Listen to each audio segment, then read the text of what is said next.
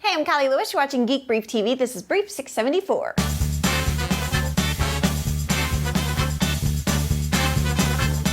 If you follow me on Twitter, you might remember the time a few months ago that I was tweeting in a Lowe's home improvement store when I walked right into one of the poles that holds up the roof. Well, wouldn't you know it, now there's an app for that, or kind of that. It's called Type and Walk, and it overlays what you type on top of what your camera captures. It's a great idea for those of us suffering from iPhone zombieism. You know you've seen it, if you don't have it. It's when a person walks down the street or around a shop so immersed in whatever they see on the screen that what happens in the actual world is of little consequence. The downside of the Type and Walk app, though, is that what you type has to be copied and pasted into SMS, Facebook, or Twitter, and that's all the time I need to run into another poll. Oh. This story right after the last one is going to make my life seem extremely accident prone, but really it isn't. See, I used to have a Roomba, but one day my Roomba went a little crazy and attacked a glass tabletop. It just kept ramming and ramming the glass until the glass broke. I sent the Roomba to live with some nice person on the other side of eBay. A Silicon Valley company called Neato Robotics is introducing some Roomba competition with its XV11. It has the ability to map a room and figure out the most efficient path for cleaning that room's floors. Suggested retail price is $400. I'd like to give anyone who builds robot vacuums a free idea.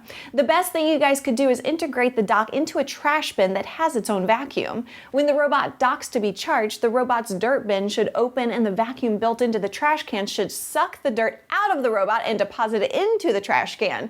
If we didn't have to clean it out every few days, it would really be a vacuuming robot I would want to own. The one technology filling my house and life that I hardly ever use is Bluetooth. I'm interested in a new Bluetooth device from Belkin.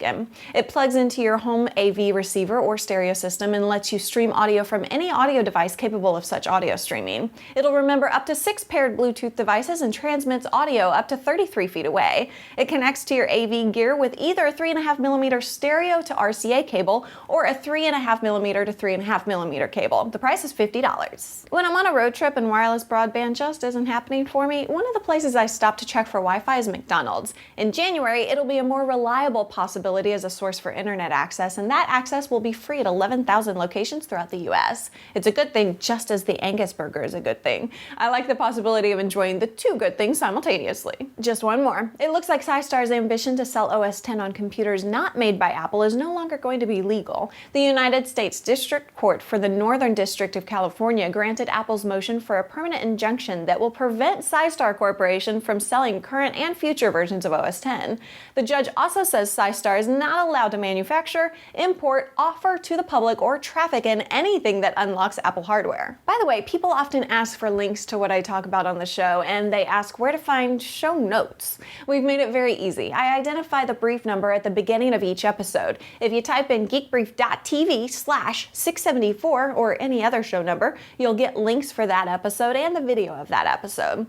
This episode, Brief 674, was brought to you by Squarespace.com. I just used Squarespace to rebuild one of my sites. I'll tell you what it is later, but if you'd like to use Squarespace to build a site, my promo code GEEK when used at checkout will save you 12%. Thanks so much for watching. I'm Callie Lewis. Bye.